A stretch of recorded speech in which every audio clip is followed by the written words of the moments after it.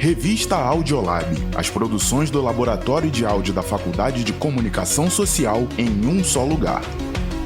Olá, eu sou a Bia Bonancin e está começando a nossa revista Audiolab. Quem está aqui comigo para trazer reportagens variadas realizadas pelos alunos da Comunicação UERJ é o Johnny Chavão. Tudo bem, Johnny? Tudo ótimo, Bia. Olá a todos que estão ligados com a gente. Hoje a nossa revista traz uma reportagem sobre os jovens que produzem conteúdo adulto para sites. Vamos conhecer a lei Não é Não, que promete mais segurança para mulheres em bares e shows. E você ainda confere uma matéria sobre o trabalho do jornalista na cobertura de grandes eventos esportivos. E tem mais, o nosso passeio sonoro te leva aos Arcos da Lapa. Durante a pandemia, principalmente pela necessidade de quarentena e distanciamento social, atividades mediadas pela tecnologia tiveram um grande crescimento. A indústria do entretenimento adulto, com plataformas dedicadas a conteúdos para maiores de idade, aumentou e muito o seu alcance. Nosso repórter Guilherme Leôncio conversou com profissionais do entretenimento adulto sobre as vivências dos produtores de conteúdo erótico para plataformas digitais. Vamos conferir? A indústria do entretenimento cresceu de maneira radical, não só em quantidade, mas também em qualidade de serviços, desde 2020, com a pandemia de Covid-19. Plataformas de streaming lucraram bilhões de dólares indiretamente com o distanciamento social em todo o mundo. A indústria do entretenimento adulto foi uma das áreas que mais cresceu nesse período. Podemos ter como exemplo o OnlyFans, uma plataforma de produção e venda de conteúdos com distribuição exclusiva. Através de uma assinatura mensal, os usuários têm acesso ao dia a dia de influencers dos mais variados conteúdos, incluindo pornográfico. Com um terreno fértil, o OnlyFans se popularizou e teve um aumento de 600%, chegando a 5 milhões de usuários somente no ano de 2020. O sucesso foi tão grande que ainda em 2020 foi lançado o Privacy, um site 100% brasileiro com características semelhantes ao OnlyFans. Durante toda a efervescência desse fenômeno aqui no Brasil, surge uma nova e possível fonte de renda para jovens que não foram tão bem recebidos pelo mercado de trabalho. Muitos deles terminam o ensino médio sem perspectivas ou meios para alcançar as próprias ambições profissionais. Atual produtor de conteúdo na plataforma Privacy, Luiz Otávio Medeiros, fala sobre sua trajetória após o ensino médio e sua passagem pelo mundo artístico. Eu cursava petróleo e gás, eu fiz um curso técnico junto com o ensino médio e eu não segui a carreira porque foi bem na época da Lava Jato, então não tinha emprego nem para quem trabalhava já na área. Depois que terminei o ensino médio, eu decidi seguir com alguns sonhos, algumas vontades e eu entrei para o teatro. Não continuei no teatro por conta da pandemia, de trabalho também. Otávio conta sobre o que o motivou a ingressar no mundo do entretenimento adulto. Minha mãe tinha uma empresa, ela faliu, e para ajudar nos custos e tal, eu decidi abrir para ajudar, porque o dinheiro que eu trabalhava da figuração não estava ajudando, não era tanto assim, e foi logo após a pandemia que eu decidi vender conteúdos digital. Não é novidade que muitos jovens se prostituem sexualmente por questões de vulnerabilidade social. Mas o que intriga a muitos é como a exposição sexual na internet se tornou algo tão comum nos dias de hoje. O que torna essa hipótese tão atraente? Daphne Mello, que já vendeu conteúdo adulto para o Privacy e Xvideos, e no momento somente se prostitui fisicamente na Itália, acredita que há mais segurança ao não estar face a face com um estranho. Você tem uma segurança de não sofrer tanto com pessoas brutas, pessoas que desrespeitam. Na conteúdo na internet você pode se privar de mostrar seu rosto, vai ser só um corpo ali, né, um fetiche na tela, mas você não precisa mostrar seu rosto e nem tá passando por certos tipos de humilhação. E Otávio enfatiza sua preferência pelas plataformas online. Prefiro 1000 vezes vender por foto do que pessoalmente, eu não penso nunca fazer esse tipo de coisa por conta do perigo e tal. Como já diz o ditado, o palhaço faz todo mundo rir. Mas quem é que faz o palhaço rir? O estigma de ser um mero objeto sexual é tema de muitos debates nas redes sociais. As relações sexuais casuais, ou seja, sem envolvimento afetivo, são uma realidade na juventude brasileira. Mas, por serem tão novos, é de se pensar como essa exposição pode afetar a visão que os produtores de conteúdo têm de seus próprios corpos. Já existem pesquisas que relacionam o consumo de pornografia com o baixo desempenho sexual. Entretanto, o que se passa na mente dos jovens que produzem esse tipo de conteúdo? Daphne conta que a prostituição acaba afetando a forma como se relacionam com namorados. É estranho quando você chega em casa, eu ia gravar, e aí quando eu voltava, às vezes eu até tinha vontade de transar com meu marido na época, só que era uma sensação de se sentir suja, sabe? De se sentir usada, não querer dar seu corpo usado pra outra pessoa, sabe? Era desconfortável. Além da questão emocional, produzir conteúdo não é uma tarefa simples, apesar de toda a praticidade que os smartphones nos proporcionam. É preciso planejamento e criatividade para atender as demandas de quem está pagando. Nas principais plataformas de venda de conteúdo, a maior parte do lucro vai para os produtores, que ficam com 80%, e os 20% que sobram é retido pelo site. E o dinheiro não é pouco. No OnlyFans, por exemplo, as assinaturas mensais podem variar entre 4 a 50 dólares americanos, ou algo entre 20 e 250 reais. Otávio afirma que, em seu caso, o dinheiro que ganha nas redes é significativo, mas não definiria como uma renda principal. É uma coisa que eu tenho só para uma ajuda de custo, porque agora eu tô trabalhando como promotor e é um dinheiro bom e, tipo assim, eu meio que junto com o Privacy e consigo um dinheiro bom, tipo assim, é um valor incerto, mas é um dinheiro bom, uma ajuda. Daphne, que já sofreu preconceito por mães de colegas, conta como seus amigos próximos reagiram ao saber de sua polêmica profissão.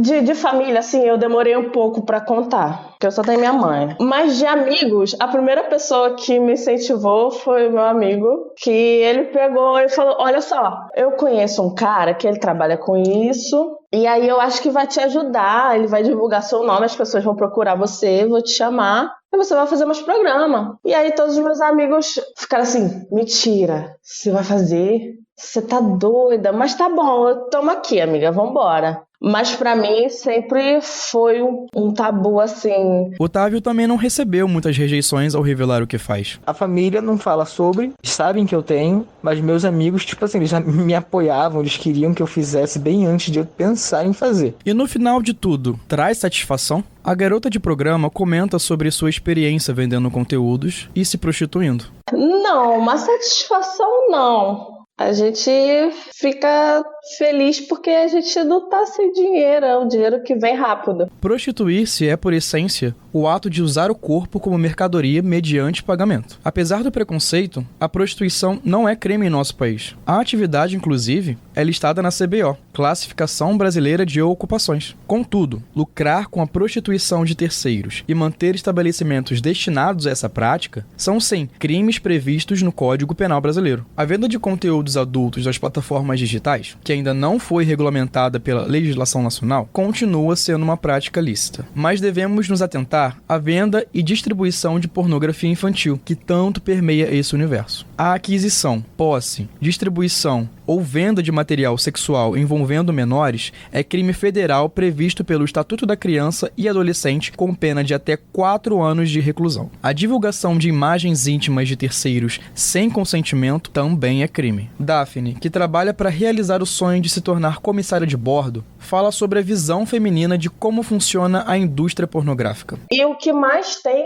nesse mundo de conteúdo adulto é o homem. Quem mais ganha é o homem, porque para eles é benéfico. Pra gente que é mulher é mais complicado. Você fazer 4 gravações num dia pra fazer um vídeo de 20 minutos demanda quase 3 horas. E eles estão sempre te dizendo como é que você vai ser, como é que você tem que se portar. Eles vão viralizar com você.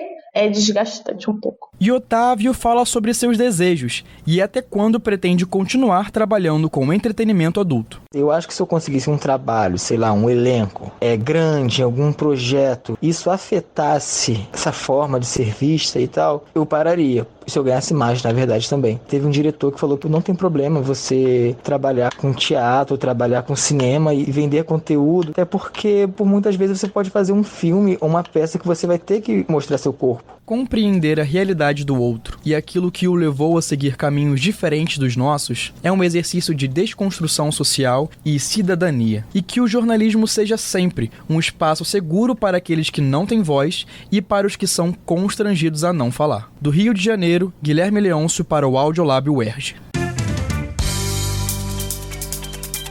Importante conhecer e tentar compreender a realidade do outro, antes de construir um juízo de valor sobre as pessoas, né? Sem dúvida. Importante também as iniciativas que tentam proteger as mulheres de assédios, estupro e violência. A Lei Não é Não, sancionada pelo presidente Lula no final de 2023, determina um protocolo obrigatório em bares, restaurantes e outros lugares para proteger e acolher mulheres vítimas. Os estabelecimentos têm até o final de junho deste ano para se adequarem à lei, mas nossa repórter Stephanie Nunes foi conhecer um bar que já adotava medidas para proteger suas frequentadas antes da lei. Vamos ouvir? Infelizmente, quando a pergunta é: você já passou por alguma situação em que foi vítima de importunação ou assédio sexual? As respostas são bem parecidas. Já numa casa noturna. Já, várias vezes. Sim, com frequência. Sim, mais de uma vez. Já. Sim, já fui. Eu acho que absolutamente quase todas as mulheres já, no caso.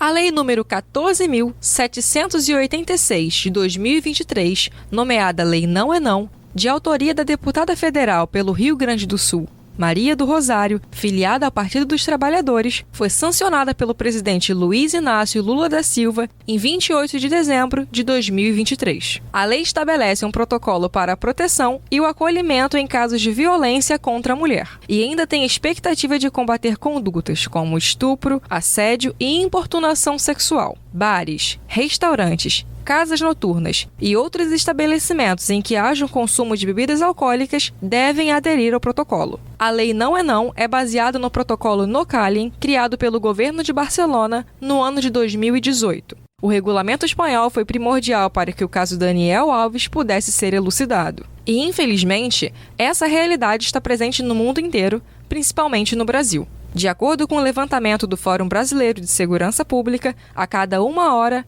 uma ocorrência de assédio é registrada. Uma pesquisa lançada no dia 5 de março revelou que 2 em cada 3 mulheres já sofreram algum tipo de assédio na capital paulista, número que representa cerca de 3,4 milhões de pessoas. Os dados são da pesquisa Viver em São Paulo, Mulheres, realizada pela rede Nossa São Paulo em parceria com o Instituto Inteligência em Pesquisa e Consultoria Estratégica. Fomos às ruas conversar com mulheres a respeito da insegurança em locais de entretenimento e descobrir o que elas acham dessa nova lei. A estudante Nicole Albuquerque conta sua experiência em um bar que contém medidas relacionadas à proteção da mulher.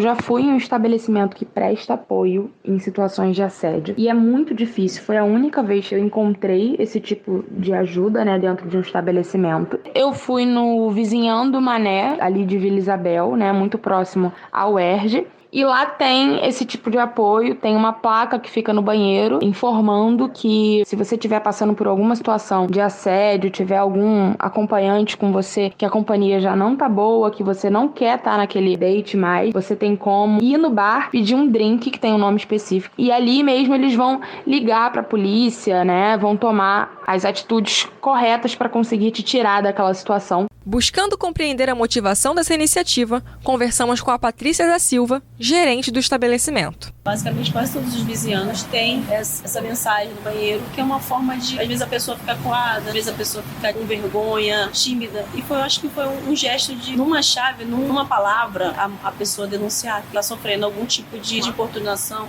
Porque já presenciei em restaurante justamente isso. Mulheres estão sentadas porque estão sozinhas. Tem homens que acham que porque estão sozinhos pode falar, pode mexer, isso não convém. Eu acho que isso aí pode salvar realmente pessoas de cair ciladas, fora o constrangimento, você ser importunado no lugar que você veio para se divertir, para se interagir. Patrícia também menciona uma ocorrência em uma das unidades da rede, mostrando que a violência não acontece somente na configuração homem e mulher. Já aconteceu isso com um rapaz. Ele foi lá na loja, era o primeiro encontro, iam se encontrar lá no restaurante. Se encontraram, comeram. Pra gente era um casal normal. Saindo de lá, ele não apareceu em casa nesse dia. E o pai foi na loja de manhã tentando encontrar o filho. Aí que a gente foi descobrir. Era como se fosse um golpe, Você arrasta a pessoa, dá uma boa noite Cinderela, leva tudo. Então acho que a mulher ainda é mais complicado, A mulher ainda, além de sofrer, o assédio, se sentir mal, impotente, ainda tem todos os prejuízos, físico, mental. A estudante Maria Eduarda contou a vivência em que foi assediada por uma pessoa do mesmo gênero. Uma das vezes que foi mais marcante assim, foi quando eu fui num bar. Na verdade, eu trabalhava nesse bar. Uma mulher lésbica deu em cima de mim, eu falei que namorava e depois ela continuou insistentemente dando em cima de mim, me encarando, pedindo beijo, falando que um dia ainda vai me pegar. mesmo depois de eu falar não e falar que eu namoro, que eu sou comprometida. Situações de assédio podem partir tanto de homem quanto de mulheres, como o relato deixa explícito. Assim como as vítimas também não se limitam apenas ao gênero feminino. Não deixe de buscar ajuda. A Lei Não é Não estabelece que bares e casas noturnas devem assegurar a presença de uma pessoa capacitada a assumir o protocolo na equipe, manter em locais visíveis informações sobre como acionar o protocolo e pedir ajuda, proteger a vítima, inclusive do contato visual do agressor, e acionar um acompanhante de sua escolha, colaborar com a identificação de testemunhas, acionar a polícia militar e isolar os locais que contêm os vestígios da violência, além de garantir o acesso às imagens do circuito de câmeras de segurança e preservá-los por no mínimo 30 dias. A lei entra em vigor até meados de junho de 2024 em território nacional, sendo dever de todos os estabelecimentos que haja o consumo de bebidas alcoólicas aderirem ao protocolo com o selo Não é Não, Mulheres Seguras. Do Rio de Janeiro, Stephanie Nunes, para a revista Audiolab.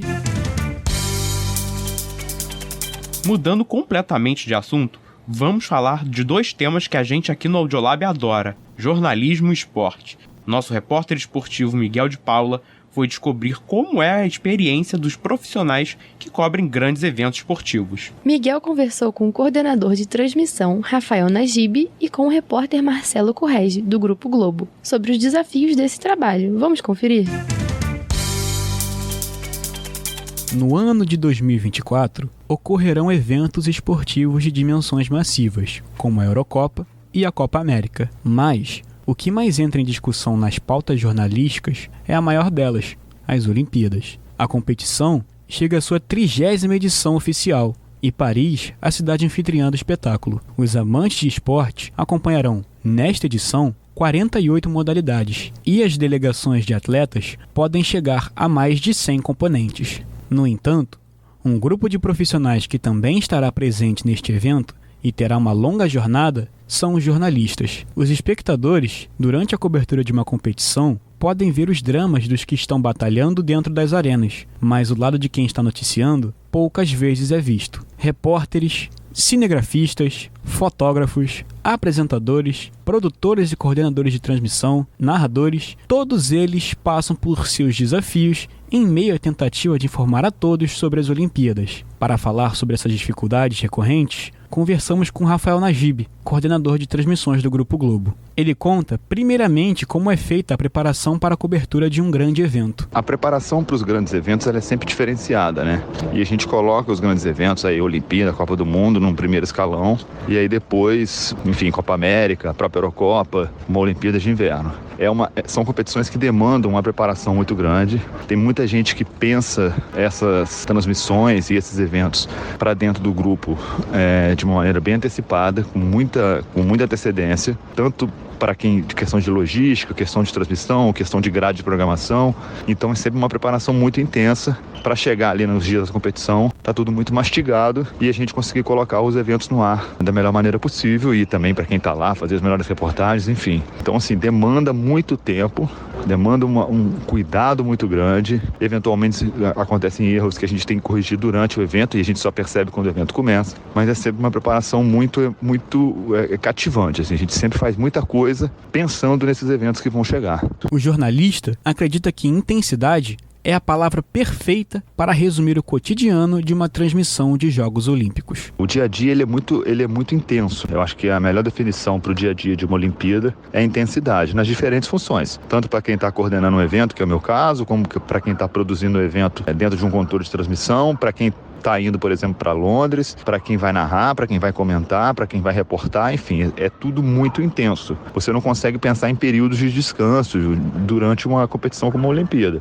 Najib cita o exemplo das Olimpíadas de Tóquio 2021 para evidenciar os obstáculos. No meu caso, especificamente, em Tóquio, por exemplo, que foi a última Olimpíada, a gente aqui no Brasil, né, fazendo as transmissões, chegávamos na emissora às 2 da manhã para entrar no ar por volta das 4 e aí ficava ali até meio-dia, pelo menos, Sendo que tinha uma equipe antes, né? E a gente rendia essa equipe. Como um trabalhador do Grupo Globo, Rafael relata quais são as diferenças das programações da Olimpíada na TV aberta e na TV fechada. Sim, a programação ela é muito variada e ela depende muito da plataforma, né? Então, na TV Globo, a gente prioriza o Brasil, os atletas brasileiros. Como a TV aberta, a gente sempre prioriza atleta brasileiro, equipe brasileira. Então, dificilmente a gente vai mostrar um esporte que não tenha brasileiro competindo. E, obviamente, a gente vai nos favoritos e vai naqueles que chamam mais atenção. Já no Sport TV é um pouco diferente. O Sport TV ele tem ali vários canais à disposição e aí tem grade para tudo, né? Então, não sei como vai ser esse ano, mas imagino que um canal fique também com brasileiros, outro fique com esportes com jogos mais importantes de vôlei, de futebol, enfim. No Sport TV você consegue ver a Olimpíada de uma maneira mais abrangente, porque você consegue ver todos os esportes mesmo, assim. Najib finaliza citando o que mudou na cobertura desses eventos nos seus 16 anos de carreira. O coordenador cita também os prós e contras dessas mudanças. As maiores mudanças, isso varia muito. Por exemplo, eu vou falar mais uma vez da minha função. Quando eu comecei, a primeira Olimpíada que eu fiz em 2008, a gente tinha uma equipe gigante em Pequim para fazer a cobertura dos Jogos. Agora, já no Japão, o Japão é complicado, Tóquio é complicado porque foi durante a pandemia, né? Mas mesmo agora para Paris, a gente vai com uma equipe bem menor. E a gente vai com uma equipe menor porque a tecnologia é muito maior, né? Então a gente consegue fazer hoje do Brasil muita coisa que a gente não conseguia fazer antigamente. A própria cobertura de transmissão, né? A coordenação das transmissões, antigamente a gente precisava fazer em loco, enfim, ou pelo menos tinha que ter uma parte da equipe em loco e outra aqui no Brasil. Hoje não. Hoje a gente consegue receber tudo isso diretamente dentro do controle de transmissão no Rio, no Switcher. Então a gente precisa mandar muito menos gente. Copa do Mundo, idem. Copa do Mundo a gente já foi com muito mais gente do que a gente vai atualmente. Tem o lado ruim, que é você não estar no local, né, não viajar, mas tem um lado bom também que você tá jogando em casa, né? Então é mais fácil resolver os problemas. Um outro profissional do jornalismo do Grupo Globo que contou seus desafios em meio a eventos de massa foi Marcelo Correge. Repórter e ex-correspondente na Inglaterra, o jornalista conta como foi sua experiência cobrindo as Olimpíadas diretamente da cidade sede. Ela influencia na logística de uma equipe de reportagem na cobertura de uma edição de Jogos Olímpicos. Então a gente vê assim, coisas que nos Jogos Olímpicos do Rio de Janeiro, em 2016, a gente conseguia resolver porque pessoas estão acostumadas a ver a gente na televisão aqui, ou que no Brasil, às vezes você consegue dobrar uma regra ou outra para ter acesso a um lugar e conseguir fazer uma reportagem melhor. Fora do Brasil você não consegue fazer isso. Nos Jogos de Tóquio, ainda mais em período de pandemia, a gente passou longe de conseguir isso. Agora, em termos de multiplicidade de esportes, no meu caso não acontece muito porque geralmente em Jogos Olímpicos eu cubro vôlei. Então é uma cobertura muito parecida com a cobertura de futebol que eu faço durante um campeonato longo. Lá eu estou focado em vôlei e fico em cima disso. A edição de Paris 2024 começa no dia 26 de julho e o Audiolab UERJ, junto com a Escola de Narradores, vai cobrir o evento. Mas agora surge o questionamento. Nessa situação extensa e cansativa que é noticiar uma Olimpíada, será que os jornalistas também são atletas? Do Rio de Janeiro, Miguel de Paula para a revista Audiolab. Vale lembrar que o Audiolab vai cobrir a Olimpíada 2024. Teremos narração de competições, boletins. Se liga nas nossas redes para não perder nada. E está na hora do nosso passeio sonoro.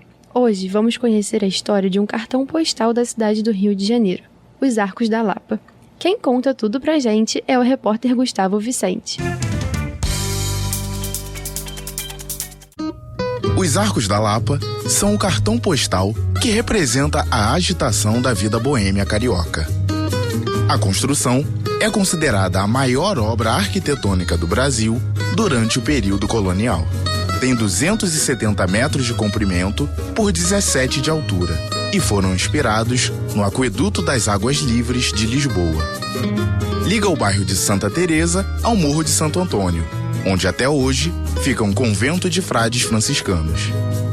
A construção dos arcos tentava resolver o problema de abastecimento na cidade do Rio de Janeiro, canalizando as águas do então límpido Rio Carioca em direção ao centro da cidade. A obra foi realizada por trabalhadores escravizados de origem indígena e africana. A primeira etapa levou cerca de 50 anos para ficar pronta, em 1721. 5 anos depois, os arcos originais foram inaugurados, transportando as águas através da Rua dos Barbonos, atual Evaristo da Veiga, até a Fonte da Carioca. Porém, 2 anos após a conclusão, já havia diversas reclamações de falta d'água, muitas atribuídas à ação de grupos quilombolas acusados de quebrar os canos. Em pouco tempo, os arcos construídos em madeira acabaram sucateados. Dessa primeira construção, só restam cerca de 15 metros de aqueduto seco, no lado sul do convento de Santo Antônio. Em 1744, no governo de Gomes Freire de Andrade, o aqueduto foi reconstruído na atual conformação, em arcaria e pedra de cal. Mais tarde, a passagem das águas foi coberta por tijolos para evitar o desvio ilegal. Os 42 arcos, em estilo românico, ficaram prontos em 1750. Na segunda metade do século XIX, o avanço das tecnologias trouxe técnicas mais eficazes de abastecimento de água, que fizeram os aquedutos caírem em desuso. Com isso, os arcos passaram a ser utilizados como viaduto para os bondes de ferro, principal acesso do centro ao bairro de Santa Teresa até hoje. Na primeira metade do século XX, a região ficou conhecida pela boemia, pelas ruas movimentadas e pelos bares e restaurantes tradicionais, como o Capela, fundado em 1903, e o Bar Brasil, de 1907. Com a forte repressão do Estado Novo, as atividades ilícitas que aconteciam na região e com a concorrência da ascendente vida noturna de Copacabana, na década de 40, a popularidade da Lapa entrou em declínio. A decadência da região é associada também à perda de importância do centro da cidade a partir da mudança da capital nacional para Brasília nos anos 60. Depois de mais de 3 décadas de degradação, em 1970, iniciaram-se ações de revitalização com reformas e tombamento de edificações históricas. Em 1979, a Lapa voltou a atrair a atenção da cidade, com a elaboração do projeto do Corredor Cultural, que buscou a preservação e reforma de casas e prédios na região do Centro Histórico do Rio. A partir daí, bares e restaurantes começaram a ressurgir e a música se tornou a atração predominante da área, com a chegada do Circo Voador em 1982. A mudança se consolidou nos anos 1990, com uma geração de empreendedores abrindo negócios na região, muitos deles antiquários, transformados em casas noturnas. Diversos projetos ajudaram a recuperar o brilho da Lapa. Um deles foi o Distrito Cultural, no ano 2000, que se propôs a requalificar o bairro através do desenvolvimento socioeconômico da região. Em 2005, a campanha Eu Sou da Lapa buscou resgatar a vocação residencial, inspirando-se no movimento I Love New York da década de 1970. Atualmente, a popularidade dos Arcos da Lapa é explicada não apenas pela beleza da construção, mas pelas várias opções de entretenimento que existem no entorno, como o polo gastronômico da Rua do Lavradio, o Museu da Imagem e do Som e a Fundição Progresso. Do rock ao samba, da gastronomia à arte, os Arcos da Lapa prometem diversão e acolhem todas as tribos que visitam o bairro. Colaboração Larissa Ramalho e Amanda Magalhães. Apresentação Gustavo Vicente.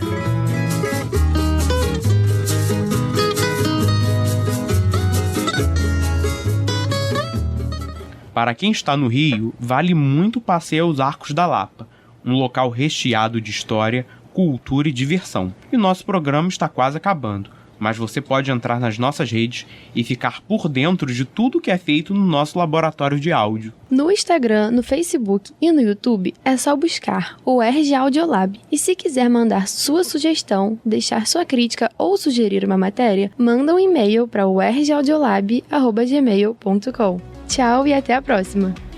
A revista Audiolab é uma produção do Laboratório de Áudio da Faculdade de Comunicação Social da UERJ. Coordenação acadêmica, Felipe Mostaro. Coordenação de jornalismo, Gisele Sobral. E edição final, Marta Estumano.